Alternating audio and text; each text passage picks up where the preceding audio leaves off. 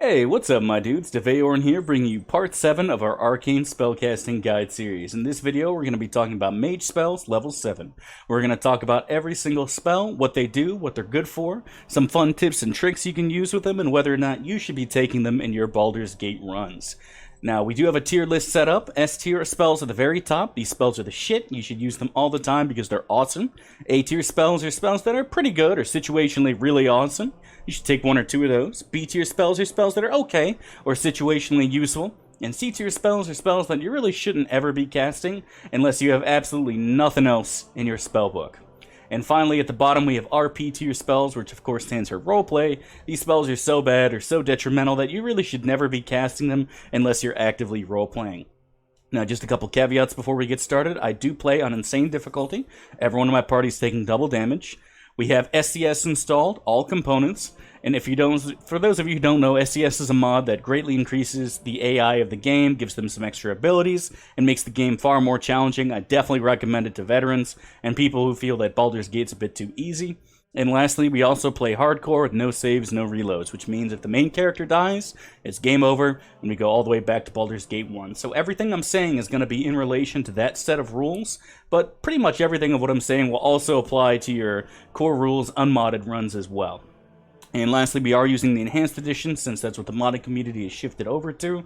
There are very slight differences at this level compared to the original Baldur's Gate, and I'll do my best to point those out. There's a lot of differences between 1 through 5, the spell levels, because Baldur's Gate 1 and 2 ran on completely different engines, and EE uses the 2nd edition, but that's besides the point. And I'll do my best to point those out to you as we come across them. Okay, so let's go and get started. First spell on our list is an S tier spell. This is Mass Invisibility. It's an illusion spell, so necromancers can't cast it. Has a duration of 1 round per level of the caster. Visual range of the caster, 30-foot radius with a decent cast time of 7. It's going to be about 4 seconds to get this spell off. And very similar to the way that AoE Invisibility 10-foot radius at level 3 worked, instead of putting invisibility on your party, however, this puts improved invisibility on your party, which does give all the benefits of the level 4 improved invisibility spell, which is awesome. Basically giving your characters an extra 4 AC and a +4 bonus to all saves. That is fucking huge. Having such a massive boost to your saving throws at this point in the game is tremendously useful. Any dwarf in your party with improved invisibility on is pretty much never going to fail a save again.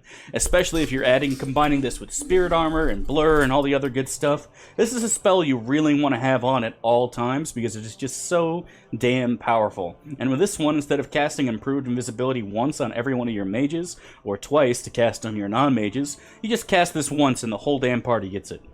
That being said, it does come with the same drawbacks of regular invisibility and improved invisibility in the sense that one dispel invisibility or detect invis will wipe it away from your whole damn party.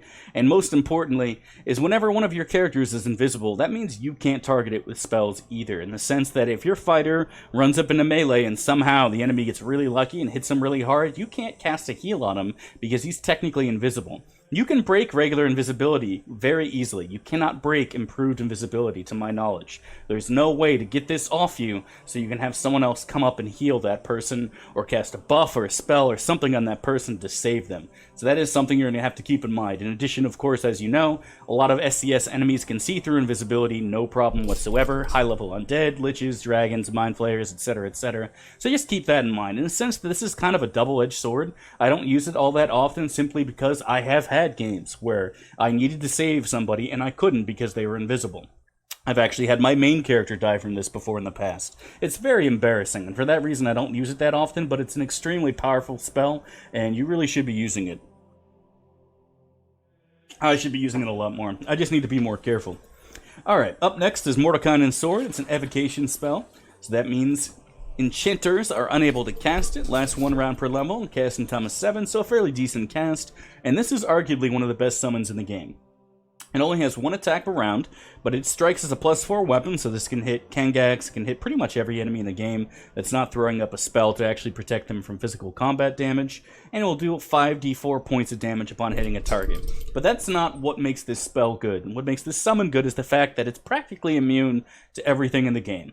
It is completely immune to all physical damage, it is completely immune to all of the elements, and it is immune to an enormous amount of status effects as well.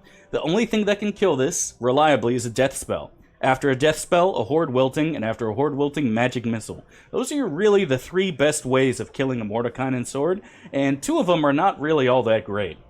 If the enemy liches are throwing horde wiltings at your swords, great. It's much better for the sword to eat that shit than the lich. And if you really want to be nasty, don't forget you can buff your summons too. If you want to go and throw up a death ward on your Mordekainen sword and protection from magical energy, this thing is basically invulnerable. And I really mean literally invulnerable. There's really nothing else that can actually kill this. There are some exceptions that might pop up, but for the most part, these things are busted. Summoning a couple of these and then throwing some buffs on them and sending them into a fight, and you can basically just sit down in your chair, relax, throw your hands up, and wait for the swords to kill pretty much everything there. Or at the very least, if you're fighting a bunch of mages, this will exhaust the shit out of their spells. So, super awesome spell. Like I said, this is definitely an S-tier spell the way I highly recommend it. It's way better than Animate Dead. Is this as good as a Planetar? Obviously not. I mean, Planetars are better. Is it as good as a Deva? Well, the fact that you can summon a handful of these compared to one Deva, I'll probably take the swords over one Deva, to be honest. For pretty much all encounters, but there are a few, obviously, the Deva would be better. But this thing is really incredible. Can't say enough good things about it. I definitely recommend taking it. This is going to be your bread and butter summon once you get level 7, especially if you have Edwin in your party with his massive amount of spells he has. Super good stuff. Can't say enough good things about it. Take it and use it, boys. Alright, up next we have arguably the most broken spell in the entire game, and that's saying something. This is a level 7, obviously, illusion spell, so necromancers can't cast it, and this is one of the main reasons a lot of people believe that necromancers are a pretty shitty specialist mage, because they miss out on spells like this. It lasts for 1 round per level, extremely quick cast time of 1, so this is something you can use in combat, though I wouldn't recommend it. We'll talk about what it does in a second. And what this does is it will freeze the caster in place and create a duplicate of the caster. The duplicate will have every spell the caster has, will have their quick slot items, their scrolls, their on-use items. They cannot attack. However, they can cast spells and use any of their slot weapons. And I say that, it depends on what version, what mods you have on. Some mods will nerf the shit out of this spell, as they should because it's busted. And some versions of the game won't let you use quick items. But the most important part is this thing can cast every single spell that your character currently has memorized. If you just rested and cast Project Image, it will have every single spell in your spellbook. And when the Project Image casts a spell, it's subtracted from the Project Image's spellbook, not yours. You can go through an entire spellbook on a Project Image and only have casted 1 level 1 spell on your main character. This spell is insanely busted for that alone. You can cast HLAs with this. You can go and drop a Comet, a Dragon's Breath, etc. Then kill the Project Image and cast another Project Image and do the exact same thing. It's insane what you can do with this. Not only can you do that and cast all your spells, but then you can cast other spells and summons as well. You can use this to drop summons, you can use this to drop a Simulacrum, which can then cast Mislead, which can then cast Project Image. It's stupidly insane what you can do with this spell. Depending on again, like I said, depending on the mods and the version you're using, you can't use Simulacrum or Project Image or Mislead, because, again, those would be stupidly overpowered. But definitely try it and see what works in your version. The sky is really the limit with this spell. It's literally the most broken spell in the game. I would put it above Time Stop. I would have put it above everything if you're willing to abuse it. I don't abuse it because I think it's that stupid. This, along with Mislead, absolutely insanely overpowered with what you can do with them. You could basically solo the game with a Project Image and have your main character a mile away from the fight. Especially if you throw a Wizard Eye up to give your Project Image line of sight, because like all summons, Project Image can't actually give you vision. And the most important thing, and one thing you really do have to be careful about this, is that it will freeze your character in place, and any enemy that can see through invisibility can still hit you. And while it says here in the spell, if the caster takes damage, the Project Image is cancelled, and the caster can move again, that's not always the case. I've used this before and fought a Mind Flayer, who immediately teleported to my main character and ate my character's brains out before I could even move to react. And so that is something you do have to be careful with. Additionally, True Sight, Dispel Magic, all that good stuff will also destroy this. But for the most part, this spell is really one of the most broken spells in the game. If you haven't played around with it, I definitely recommend it. The sky's the limit, like I said. Test it to see what you can do in your game. In my version, I cannot use Simulacrum, I cannot use Mislead, I cannot use any attacks, and I cannot use any quick items or use items. But in a lot of versions of the game, you can do all of that shit, and it is beyond busted. So really can't say enough good things about this. Definitely take it, definitely use it if you're struggling at any point in the game. This is the spell that will turn you into a god, basically. If you like to play on god mode, you should be playing with Project Image. Like I said, for that reason, I really don't use it. I should use it more often, but like I said, it's so broken that it kind of makes the whole game a cakewalk. You know what I mean?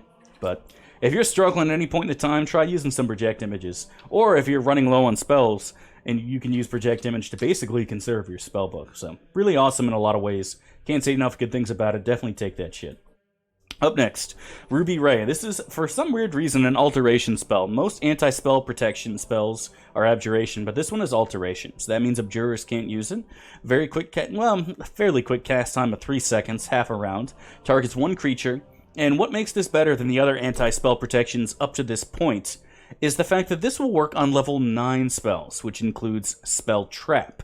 Up until this point, Breach, Khelbans Warding Whip, Pierce Magic, Secret Word, all these spells have a caveat that say only up to level 8. And that's fine when you're fighting wizards under, like, level 14, 15, and 16. But eventually, every mage in this game is going to be level 18 or higher, and every single one on SCS is going to cast a Spell Trap. And when they cast Spell Trap, Breach is absorbed, Pierce Magic's absorbed, Khelbans Warding Whip, depending on your version, might not be absorbed, but for the most part, they're all absorbed.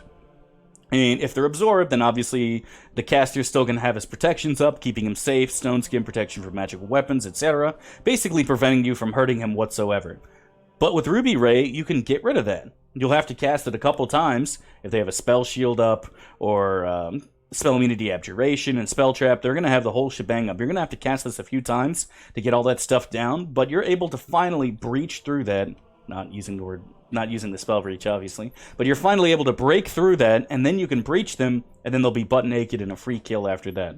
So this is a spell that I always end up taking quite a few of, especially on Edwin and any other mages in my party. I'll usually take 1 on everybody and then 3 on Edwin, and then as soon as a mage pops out, throws up all his stuff instantly, you just hit him with a bunch of Ruby Rays, then hit him with a breach, and then he's butt naked in a free kill after that.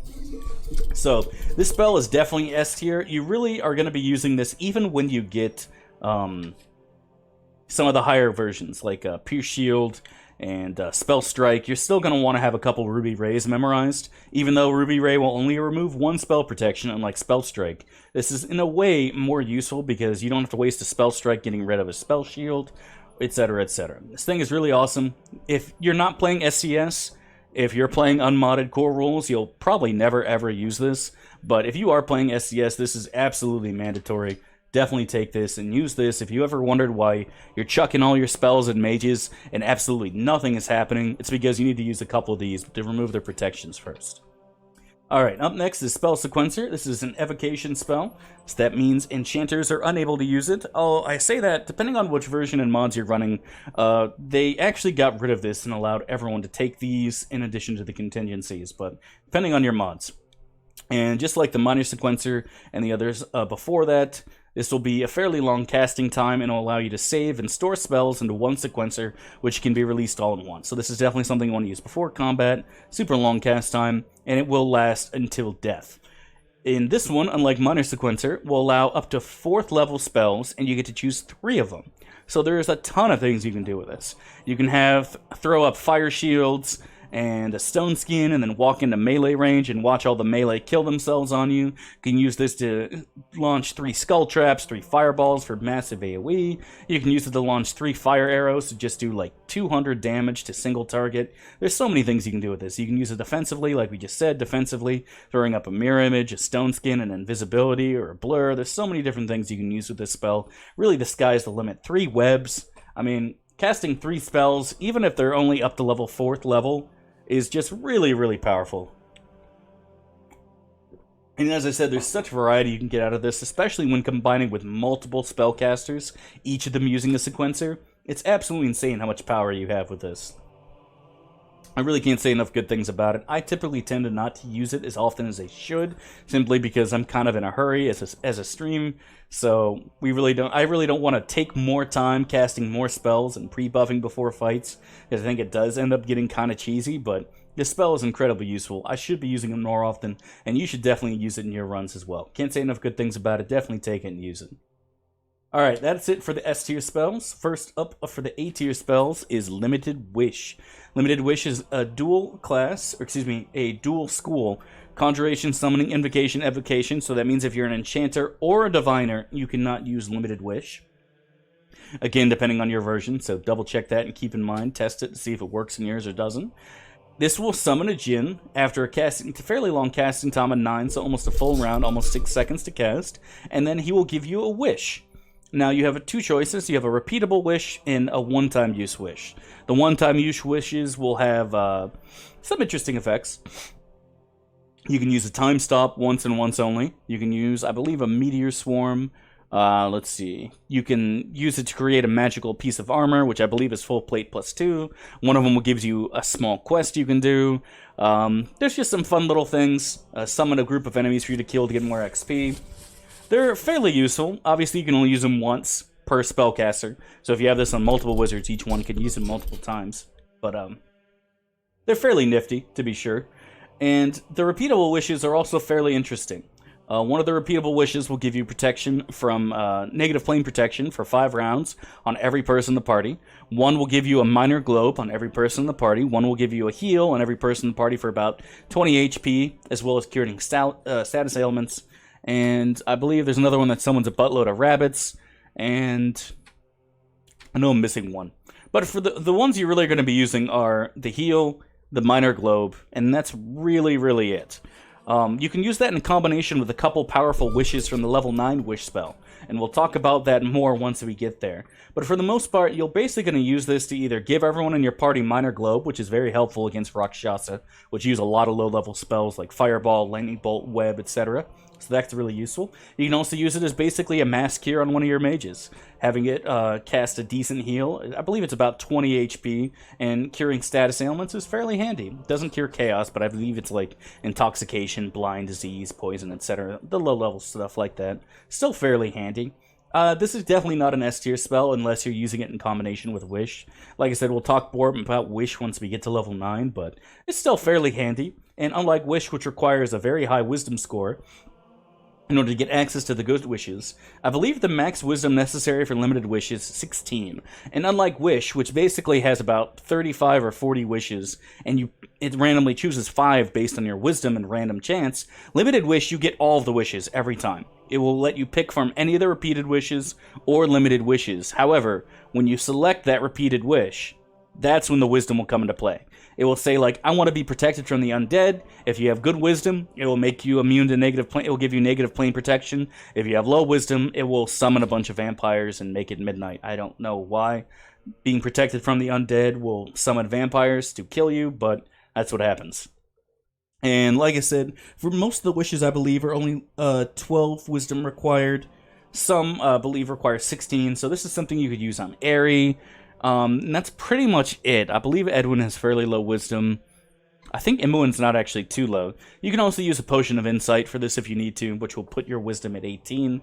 That being said, if you don't really have good wisdom, I probably wouldn't pick this up and use it on the regular, especially not if you're a sorcerer, but if you like playing around with it, definitely go for it. Give it a try. See if you like it. I personally enjoy the wishes. I think Wish is great. I think it's extremely RNG, but when it works, boy, it works well. Alright, up next is Spell Turning. Spell Turning is another A tier spell. This is an abjuration spell, so transmuters can't use it. Very similar to Spell Deflection, lasts 3 rounds per level, decent casting time of 7, but instead of Spell Deflection, which will absorb spells coming at you, this will actually reflect them. And the reason this is handy is because it actually works on Breach, which is very common for enemy wizards to throw at you. This will affect up to 12 total spell levels, so magic missile, 12 magic missiles, 4 flame arrows, 3 breaches, and then of course the 3rd breach will break it. It doesn't do anything for area of effect stuff like Fireball, Cloud Kill, Dispel Magic. Actually, I think it is immune to Dispel Magic. Dispel Magic won't affect it whatsoever, and it also doesn't protect against Dispel Magic. Only Spell Immunity Abjuration does. So it doesn't do anything for AoE, but it's fairly useful for single target stuff, and especially for Breach. And that's the only time I would really ever see myself using this. I would see myself using it on, say, a fighter. You can actually get spell turning using the Book of Infinite Spells. That's something I give to Corrigan a lot in my runs, which is fairly handy. It's not really anything to write home about, that's why it's only A tier, but it still can be handy in certain situations to have a spell turning up in order to protect you from a wizard who is going to be lobbing a lot of anti-spell protections at your party. There are not really too many cool tips and tricks you can use with this thing. I think the Scorcher still works, in the sense that you can have two wizards just rebound the Scorcher over and over again. I'd have to double check that for spell turning. I believe it still does work, but, I mean, there's really nothing cool or special that comes to mind that you can use with this spell. It's just useful in that situation for avoiding breach, which is obviously very, very nasty and something you don't want to get hit by, but at the same time, spell immunity does it too, so it's up to you. If you want to play around with it, go for it. If you can think of something else to make it really handy, let me know. I probably am rating it a little too highly.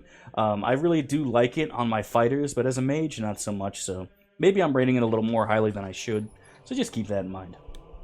Alright, up next is Delayed Blast Fireball. This is the first of our B-tier spells. B-tier spells are spells that are situationally fairly useful or, you know, okay for the most part. This has a cast time of 7, so a fairly decent cast time, 12-foot radius, so much smaller than your regular Fireball, and just like Fireball, you can save to avoid half the damage. It will basically set a Fireball trap, fairly similar to the Thief Fireball trap, and will explode, dealing 15d6 points of damage. Now, why is this B tier? This is B tier because it's a level 7 spell, and while on SCS, pretty much every Lich in the game will cast protection from fire, if you're not playing with SCS, they won't, which means you can actually hit and interrupt and possibly kill a Lich with a Delayed Blast Fireball spell, despite him having all his obnoxious spell protections up. That's very, very handy. Additionally, you can use this for large groups of enemies. It's kind of like I said, about the Thief Fireball trap, which can be fairly useful. I don't think this goes through MR, but for some reason, I remember using it on Drow all the time, and it seemed to be fairly effective. So, it's okay at the end of the day. Is it really amazing? No. Does it have some uses? Yes, it does. And for that reason, I'm going to leave it at a B tier spell. Up next is Finger of Death. Finger of Death is a necromancy spell, so illusionists can't use it. And it has a fairly decent cast time of 5, so about 3 seconds, targets one creature, and it will instantly kill them if they fail their save. If they fail their save, they'll take 2d8 plus 1 points of damage. They also have to save with a -2 penalty. Why is this only B tier? Well, basically, this is another RNG spell. And while there are a couple other RNG spells on here that are fairly highly rated, this one just never seems to work for me in my games. Even with Malison and Doom up, this never seems to work. There are also a ton of enemies immune to death spells. Obviously, every undead in the game is immune to Finger of Death. Pretty much every ball spawn and every boss is going to be immune to Finger of Death. Although you can be used on dragons, obviously. You can use this on a dragon, hit them with lower resist, Doom, Malison, and then use a chain contingency, triple Finger of Death, and just one-shot them. That does work, but at that point, you're doing so much work, you can just go up and kill the dragon easily anyways. I personally think this spell is overrated, but that's just me. It definitely does have its uses in the sense that, you know, there might be something that's regenerating, that's very powerful, and you can kill it with a Finger of Death, but I really can't think of anything like that. The only time I'd really ever want to use this spell would be like fighting the Ravager, maybe, but guess what? The Ravager's immune to Finger of Death. Yeah, pretty much every enemy you want to use this on is going to be immune to it, but, you know, it definitely still does have its uses, and if you do combo it with other spells and abilities, it can be useful to save you a long and boring fight. I haven't tried using this on a Planetar. I'm actually not 100% sure if that would work, but even then, there's so much work going into it, and soon you're going to be getting imprisonment, and you'll have better ways of dealing with a Planetar, and before then, you really don't. This still wouldn't be enough to kill one quickly, so I don't know, I'm kind of on the fence about it. It's still not a shitty spell, it's just something I rarely ever use. But I know a lot of people love it, and it definitely can have its uses, so I'm going to go ahead and leave it at a B tier spell. I'm not a big fan of it, though. Up next is Khelbans Warding Whip, an abjuration spell, so transmuters can't use it. This is an interesting spell. This is another anti-spell protection spell. It has a fairly decent cast time of 7, and it lasts 3 rounds. In each round, it will try to remove one of these spell protections up to level 8. So that really doesn't help if you're trying to fight somebody with Spell Trap, as we mentioned before with Ruby Ray, but for when you're fighting an enemy whose Spell Trap is down, and is throwing up spell protections like Spell Shield. The Liches in Sendai's Enclave especially are notorious for this. Warding Whip is actually fairly handy at removing that stuff, because they're throwing up so many, it's actually really useful to have a Warding Whip to just remove them on the regular, in addition to you lobbing Ruby Rays and other anti-spell protections in order to keep them, you know, dispelled, so you can actually do the killing blow and take them out of the fight. I've used this on Irenicus in the past, and it can be fairly useful for him as well. Again, he throws up a ton of protections, and will continue to throw up protections during the fight, but that's really the only time I'd ever use this, especially if you're playing unmodded. There's really no reason to ever be taking Khelbans Warding Whip, but if you're playing with SCS, there are some fights where this will actually be fairly useful. I really wouldn't recommend this for human mages like Tolgerias, but when it comes to bosses and liches, Warding Whip might actually be really useful for you. So keep that in mind. I'm going to go and still leave it at a B tier spell, just because situationally it can be useful, but for the most part, you're really never going to use this. Alright, up next is Powerword Stun. Powerword Stun is a conjuration spell, so diviners cannot use it. A super quick cast time of 1, so this is something you can use in combat to react to someone having low HP, and depending on their HP, they will be stunned. 90 HP or more, that will do nothing. 60, 89, 1d4, 2d4, or 4d4, depending on their hit point levels, and they get no save for it. This doesn't go through MR, but they get no save, and this is actually going to be fairly useful against mages and clerics. Clerics, for some weird reason, at least in my version, you'll find that it's actually nearly impossible to interrupt a cleric.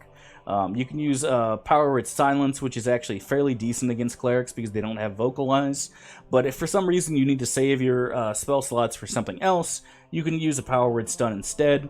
After you get them a little bit lower, you really got to hit enemies with this once or twice before you can get a Powerword Stun off. But when you do get one off, they're basically dead. There's really nothing they could do. The stun lasts for quite a long time. Even with 60 to 89 HP, being stunned for 4 rounds is a game ender.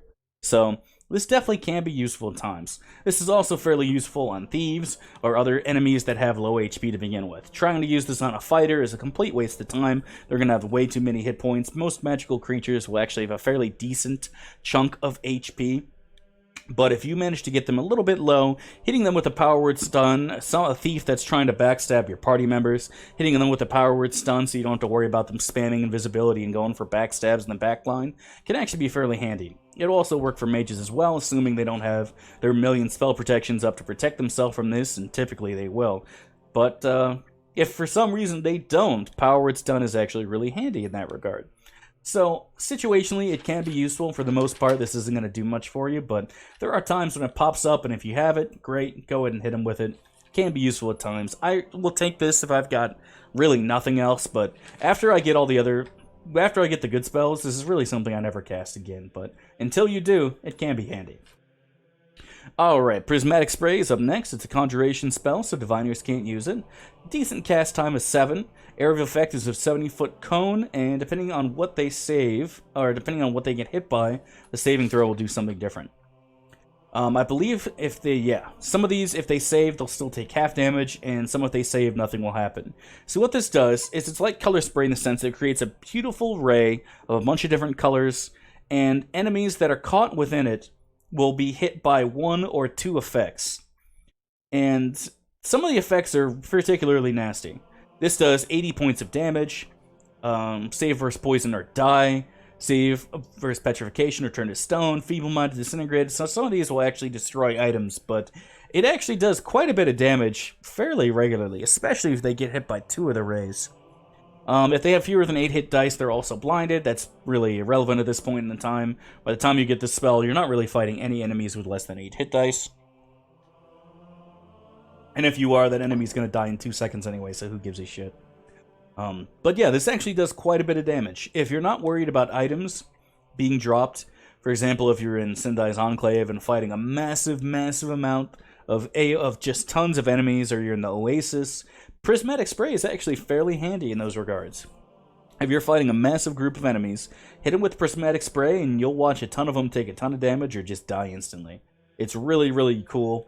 I don't use it all that much just because, again, like I said, level 7 spell. There are better spells in here, but situationally at times it can be useful. Combo this with a Malison for sure, and you'll basically see a lot of people drop fairly quickly, or explode, or do all sorts of cool, interesting things. So definitely a fun spell for sure. Kind of like in the way the Chromatic Orb is a fun spell. Not really reliable, Chromatic Orb, but Prismatic Spray actually is fairly reliable. So I'm going to go and give it a B tier rating. I think it's a lot of fun. I love it when... I love chaos kind of spells in the sense that a bunch of different things can happen. Those are really, really fun to me. So I'm going to go and keep this at a B tier rating. It might technically be a little bit higher, but because it will destroy items at times, I'm going to go and leave it at B tier. Alright, up next is Sphere of Chaos. This is another spell that does a lot of different effects, but again, just like with Prismatic Spray, you have a chance to destroy items. So this is an alteration spell, so abjurers need not apply. This is also one of the reasons I cast Spell Immunity Alteration for enemies who cast this. Lasts for 1 turn, decent cast time is 7, 30-foot radius, and once per round, one of these will happen if they fail their save. Polymorphed, Confused, Burst into Flames, I think just takes fire damage, they don't actually, like, explode in flames. Paralyzed, Disintegrated, healed 20 HP, teleported, rendered unconscious, or hasted. So, one of these does nothing, randomly teleported. 2 of these help the person, haste and healing. And 1, 2, 3, 4, 5, 6 of these are basically deadly. Getting knocked unconscious, paralyzed, confused, or polymorphed will pretty much kill anything in the game in the sense that if something's stunned and can't move, it's going to die. Polymorph reduces them to like 10 HP or something. So these things actually are very, very strong. It is party friendly as well, I believe. Yeah, it's all enemies only. So this is actually a fairly potent spell. But again, as I said with Prismatic Spray, it's a good spell, but only if you're fighting things that you don't give a shit about the loot. Because you are going to disintegrate some enemies with this. It always happens. I've had my party members disintegrated from this spell. I've had my main character polymorphed, turned into a squirrel, and then hit with a fireball and killed instantly before I could even react, because he only had like 10 hit points as a squirrel.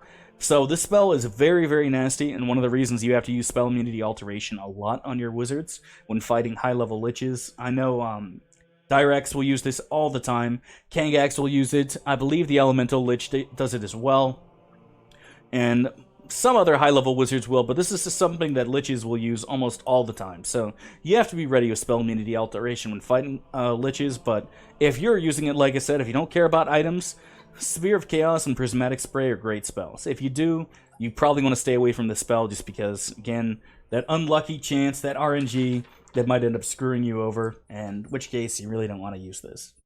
So I'm going to go and leave it at B tier. Not terrible, it's definitely a good spell, but like I said, because you do lose items, I'm going to go and leave it at B tier. But it is a spell, if you don't give a shit about items, there's a lot of spells that become very, very powerful, and this is definitely one of them. Again, definitely want to combo with a Greater Malison, but this will do a lot of work to your enemies. Especially when you're fighting a massive group. Okay, so up next is a Cacofiend. This is our first C-tier spell, and this is actually one of the better of the spells in my opinion. Cacofiend's the Tanari, right? Shit. I'm pretty sure Cacofiend's the Tanari, not the Glabrazi. Glabrazi's level 8, which is Fiend level 9, yeah. Okay. Cacofiend is a conjuration spell, so diviners can't use it. Lasts 15 rounds, fairly long cast time of 9, and this spell is actually particularly nasty. The Tanaris have a lot of at-will abilities, which basically means when they're summoned and they see an enemy, they use an ability instantly. Death Gaze is one of them. It's the same thing that fucker Aelatech uses to insta-kill something and turn it into a ghoul after a certain time has passed. They also can stun, they can silence, and in addition to having a couple other nasty abilities, a couple mage spells, and 25 strength, so they hit hard as well. The problem is, despite it saying if you have your party protected from evil, this won't hit you, it still will at times. I don't know why, if it's just a bug in my game, but this spell will typically backfire more often than it helps. In the sense that the only time you really ever need this spell is if you're fighting a large group of enemy wizards, in which case every single one of them is going to have protection from evil up. Clerics are going to have protection from evil up. You don't need this when you're fighting a thief or a fucking fighter or something like that. And if you do summon this anywhere near townsfolk, anytime the demon kills anybody, you lose reputation. Which is fine if you have a full evil party, but almost nobody plays with a full evil party. Even I don't most of the time. There are some really powerful, good characters that make their way into my party, so... And like I said, it still ends up hitting you sometimes, despite having protection from evil on your whole party, so... More often than not, this just throws a monkey wrench into everything and kind of fucks up your plans. It is a very fun spell for sure. Tanaris are arguably the strongest of the demons. Glabrezu are extremely obnoxious to kill, but I would say a Tenari will actually do more damage to enemies if it actually attacks said enemies, but it is what it is. If you like playing with demons, definitely, use this one. This is arguably the better one. Pit Fiends are garbage, even with SCS. You want to be using Tenari and Glabrezu for your demon summons, but like I said, it ends up fucking you more often than helping you, so I'm going to leave it at C tier, but if you don't mind making fights more chaotic, then definitely summon it. It's a lot of fun for sure. It's a fun spell, but not a spell you should be casting on the regular if you're trying to beat the game without dying. Up next is Control Undead. Control Undead's a necromancy spell and completely underwhelming. Illusionists can't use it, of course. It lasts 6+1 round per level, decent cast time of 7, and will target 1 to 4 undead creatures, which if they fail their save, will come under your control. If they have 3 hit dice or less, there's no save. Who gives a shit?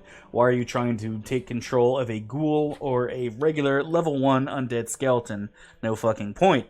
You cannot use this to take control of a lich, just because it's simply never gonna fucking happen. I don't know, I mean, this spell is just underwhelming as shit. It's completely fucking underwhelming. Using this on things like mummies, at this point, you have no problem killing mummies. And if you're trying to use it on a greater mummy, it's going to block it because it has magic resistance, or it's just going to save verse it, and you're just wasting your fucking time. And even then, it only hits 1 to 4 of the creatures, so it's just super fucking underwhelming. If you got this at like level 4, you can make an argument for this being useful, but at level 7, it's way too late in the game, does not do enough for you. There's really no reason to ever take this unless you literally have no other spells left. And that point, I mean, go for it, but even then, it's very close to RP tier just because it's so damn shitty. If you have a good cleric, you're going to be using them to turn undead, or an evil cleric will take control. Basically, evil clerics get this as a passive ability that can be used at any time to turn undead. So, I don't know, it's just extremely underwhelming. Not a big fan of it. Don't ever use it unless you're bored. I found a way to make this work on a super high level undead, let me know. I'm curious. If you could use this to turn liches or fucking really powerful vampires or undead who have a lot of MR, great, but like I said, in my experience, it just sucks ass. Up next is Mantle. Mantle is a shitty version of Protection from Magical Weapons. It's also an Abjuration spell, also lasts 4 rounds, and also has a casting time of 1. But unlike Protection from Magical Weapons, which makes you immune to all magical weapons, Mantle only works to up to +2 and lower. So this does make you immune to normal weapons, but if you're level 7 as a wizard, you're not fighting anybody with normal weapons anymore. So, as always, Protection from Magical Weapons is better. If you're playing with SCS, which buffs Mantle because enemy liches like to cast it all the time, it's still not very good. I believe Mantle makes you immune to +4 and lower, Improved Mantle is +5 and lower, and Absolute Immunity is +6 and lower, which is all weapons. I might have that backwards. It might actually be 1 better. No, that should be right. Mantle +4, +5, +6. So, even if you're playing with SCS buffing the shit out of it, it's still not as good as Protection from Magical Weapons. So, in a sense, it kind of sucks. But if you don't have anything else, or if you want to save all your level 6 spell slots for Improved Haste, and you have SCS installed, then Mantle is a fine choice. But there are a lot of enemies in the game who have ridiculously high weapon enchants, which can hit through Mantle with no problem. Almost every enemy in the game that's not a humanoid, every magical creature in the game is going to be striking with +3, if not higher. There are a lot of enemies who strike with +6, literally the same as an upgraded Karsamir that you get in TOB. So Mantle and even Improved Mantle just really aren't all that useful. If you're fighting humanoids, then Mantle will work just fine, because there are very few creatures in the game who are striking with a +5 weapon. Almost nobody in the game, actually, now that I think about it, does, aside from magical creatures. So it can be useful in that regards, but even then, it's like, I don't know, Protection from Magical Weapons does what this does and better, and Protection from Magical Weapons is level 6 instead of 7, so for the most part, you're going to be using Protection from Magical Weapons, not Mantle. However, like I said, if you want to be using Improved Haste, or you need a death spell or something else, and you'd rather sacrifice a level 7 spell slot than a level 6, then Mantle could be useful for you. In that sense, it's almost a B tier spell, but like I said, if you're playing without SCS especially, this spell is complete garbage and should never be cast. Even with SCS, it's not all that great. Up next, Protection from the Elements, another Abjuration spell, so Transmuters cannot use it. This is a touch spell, unlike the others in this category, which means you can cast it on anybody. Lasts for 1 round per level, fairly decent cast time of 7, and will give them 75% resistance to all of the elements. Big fucking deal. At level 3, I can cast Protection from Fire, and I'm completely immune to fire. That alone makes this better than Protection from the Elements. Very rarely are you going to be fighting somebody using multiple elements. Fire is the most common element in the game. I would say it comprises 90% of the damage you're going to be taking from an element. There are a few other enemies who will be using cold spells, like Cone of Cold. Adelon will use a Cold Breath. That's the only cold damage you're going to take in this game. Aside from Winter Wolves, also in Baldur's Gate 1. So 2 of those are in BG1, and 1 of those is in BG2. Lightning, you're going to be dealing with Call Lightning from Druids, level 3 spell, Lightning Bolt, level 3 spell, and the occasional Chain Lightning, which does no damage whatsoever, and then finally a Bazagal, who does a Lightning Breath. And for that situation, you'll want to be using Protection from Lightning. Protection from the elements is not going to be enough. So that's 2 of the elements that are completely worthless, so you don't need this spell for. I don't think this actually does acid. Yeah, it's fire, cold, and electricity. So that's it. The only element that you really want protection from, fire, this only gives you 75%, and it's a level 7 spell, and it lasts 1 round per level. It's so garbage, dude. Protection from fire, the mage spell, lasts 1 turn per level. Literally 1 minute per level of the caster. That's insane, dude. When you compare to something, this is going to be over in like a minute or 2. Protection from fire is going to stay on until you rest, dude. It's absolutely incredible. And it gives complete immunity to magical and non-magical fire. The game says magical and non-magical and actually gives a separate elemental resistance for them, but I have yet to encounter anything in this game that's actually treated as magical versus non-magical. Protection from fire just makes it immune to both, so the spell blows. If you have, again, nothing else to cast and you're fighting a cabal of liches and wizards, maybe this could be handy, but I mean, it's just going to get stripped away from you anyways unless you have something else to back it up. The spell just blows. There's just no reason to ever use it. And liches will throw it on themselves all the time, and, you know, good for them, but this spell there's just no reason for it. And lastly, we have the final 3 spells here, which are all summons, and as always, they're always garbage. So all 3 of these are conjuration spells. I'm going to go through these really quickly here. We'll do the Djinn and Efreeti first, since they're both basically the same. Both of these are conjuration spells, obviously. For some weird reason, though, one of them actually lasts a lot longer than the other. The Summon Efreeti will last a hell of a lot longer, 8+1 per level. Well, this is only 1 round per level. Fairly long cast time for both of 9. And it will summon a Djinn. The Summon Genie will be an air planar genie, and the Efreeti will be a fire planar genie. And so the fire genie, the Efreeti, will actually have fire resistance, and will have a couple spells. Both of these will have instant spells like Lightning Bolt. They'll do Fireball and Flame Arrow, etc. And they're fairly tanky with STS. They do have a decent amount of hit points, usually about 100 something. But you have a sword over here that is basically immune to everything in the game. The Djinn and Efreeti are not. They do have their gas cloud shit, which is handy in the sense that when you're turned into a gas cloud, kind of like what happens to Hexad when she takes lethal damage, is you're basically immune to everything, and you can just float around being a soak, a sponge of damage, but the fucking Mordekainen can do that anyways.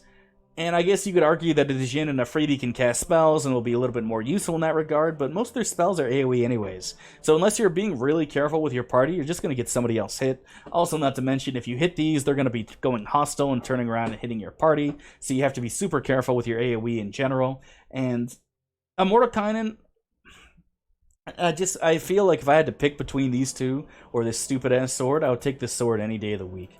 If you want to play with an Efreeti, go and get that stupid bottle of the Djinn summoning from the genies at Trade Me, and then you can play around with it and see what it's like. If you like that a lot, then maybe you could try one of these. If not, though, then don't bother. C-tier spell either way, there's way better spells to be casting, but if you have nothing else, then these can be handy. But the last one, of course, cannot be handy in any way, shape, or form. This spell is practically RP tier. This is Summon Hakeashar, level 7 spell, obviously. Lasts 8 rounds plus 1 per level, super long cast time, conjuration, so diviners can't use it. And this says it's a more powerful version of the Nishru, but that's actually a fucking lie. This thing is squishy as shit, it has no hit points, it has no Thaco, it has no good immunities. This thing will die in seconds to pretty much anything in the game.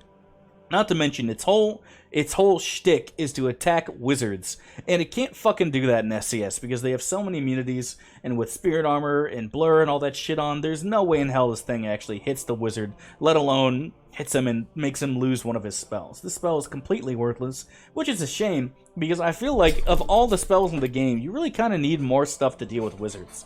SES buffs the wizards more than really anything else in this game, and wizards for a lot of people was already the hardest part of Baldur's Gate. So I feel like this spell needs basically a rework to make it decent, but even without SES, the spell sucks ass. It's just completely worthless. There are so many good summons in this game. You have Planetar, Mordekainen, Animate Dead, and there's so many shitty summons too. The Elementals, the Djinn, the Efreeti, the Hakeashar, and the Nishur, they're just garbage, man. And it's kind of a shame, really, because I wish they were better. Conjurers kind of get the short end of the stick. Conjurers are arguably the best specialist mage because you only lose out on divination spells, but man, this spell is hot garbage, dude. If you guys have found a use for any of the spells I've talked about today that I've been shit-talking, feel free to let me know in the comments, dudes. Thank you so much for watching, guys. I really appreciate it. If you ever want to see me stream live, I stream every day at 10 a.m. Eastern Standard Time, playing Baldur's Gate. If you agree with what I said, let me know in the comments. If you disagree and think I'm full of shit, let me know in the comments, too. I'd love to hear about it. I read every comment, and I will try to respond to every comment, although I'm pretty late at that sometimes. So thank you so much again for watching, dudes. Much love, and God bless you, my friends. I hope each and every one of you guys has an awesome day. Feel free to hit that follow button down there for my Twitch stream. Hit that subscribe button here on YouTube for more awesome videos. And again, let me know in the comments if you think I'm a piece of shit dumbass who doesn't know what he's talking about. I love hearing from everybody about how much they love this awesome game and how much they think I'm an idiot. I love to hear all of it, guys. Thank you so much for watching. Much love and God bless, my friends. We'll see you next time.